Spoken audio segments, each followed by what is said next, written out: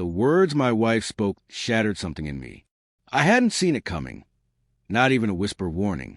The day had already drained me dry, each hour at work stretching endlessly, wearing me thin like a threadbare cloth.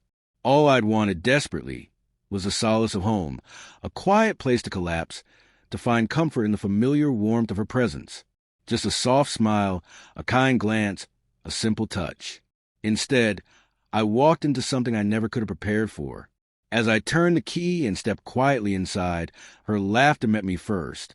It was light, carefree, playful even, like the sound of an old love song. For a fleeting second, I smiled, thinking she must be on the phone with a friend, sharing something funny. But then I heard the words, and they sliced through me like a blade. He can't even last 5 minutes in bed. She laughed again, as though it were a harmless joke. But it wasn't harmless to me. My breath caught in my throat.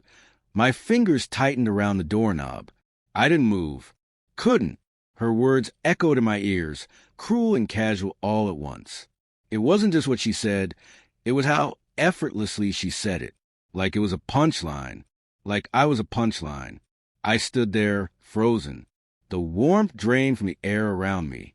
The walls of our home, once a place of refuge, seemed suddenly foreign, unwelcoming. Questions clawed at my mind. Had she always felt this way? Who was she talking to?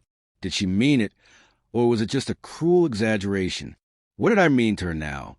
I wanted to burst in, confront her, shout or cry or beg her to explain.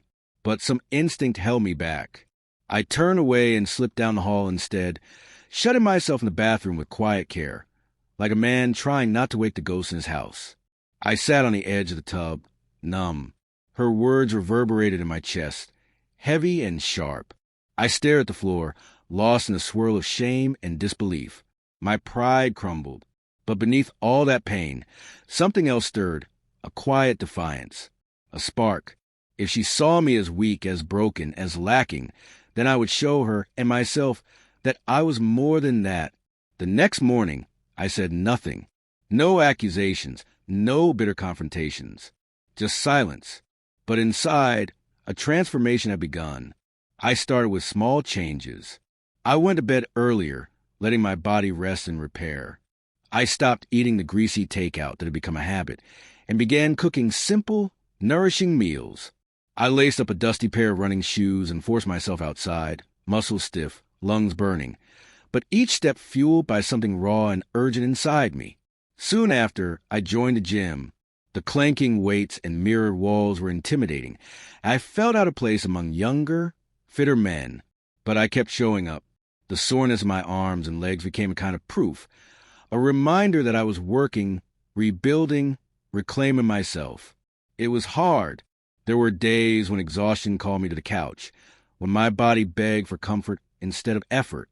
But I pushed through, not for her, for me, for the version of me I barely remembered but desperately wanted back. Gradually, I started seeing him again, in the mirror, a leaner frame, clearer eyes, a posture that no longer sagged beneath invisible weight. And something in her gaze began to shift. At dinner one evening, she looked across the table at me, really looked, and said softly, "You seem different lately. What's going on?" I smiled, careful to keep it light, just taking better care of myself. I replied, her eyes lingered a moment longer, curious, almost unfamiliar, as if she were meeting someone new, or maybe remembering someone she thought was gone. The tension between us didn't disappear overnight, but it began to fade, like frost slowly melting from a window. The sharp comments stopped. The silence between us felt less hostile, more contemplative. I noticed her watching me more often, sometimes with something like hesitation, other times with a quiet curiosity. Then came a night that changed everything. The house was calm. No background noise, no distractions. Just us. I played one of her favorite songs, soft, slow, intimate, and turned the lights low until the room glowed like a memory.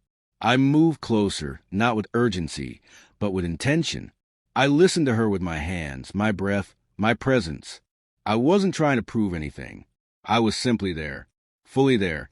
Something shifted in that space between us. A wall came down, and for the first time in a long time, we found each other again, not in the way we had before, but in a way that was deeper, more aware. That night, there was no bitterness in her touch, no hesitation, just connection. Afterward, we lay in silence, not heavy, not awkward, but meaningful. I met her eyes, and in them, I saw something I hadn't seen in years. Respect, maybe even admiration. She never apologized for what she'd said, and I never brought it up, but it didn't matter. The laughter, the mockery, it was gone. More importantly, the echo of it had stopped tormenting me. I had silenced it, not with arguments or revenge, but with change, with effort, with growth. That night wasn't about her approval. It was about rediscovering the strength I'd forgotten I had. I rose from that pain not as the man she once mocked, but as the man I was always meant to be. And for the first time in a long while, I stood tall, not just in her eyes, but in my own,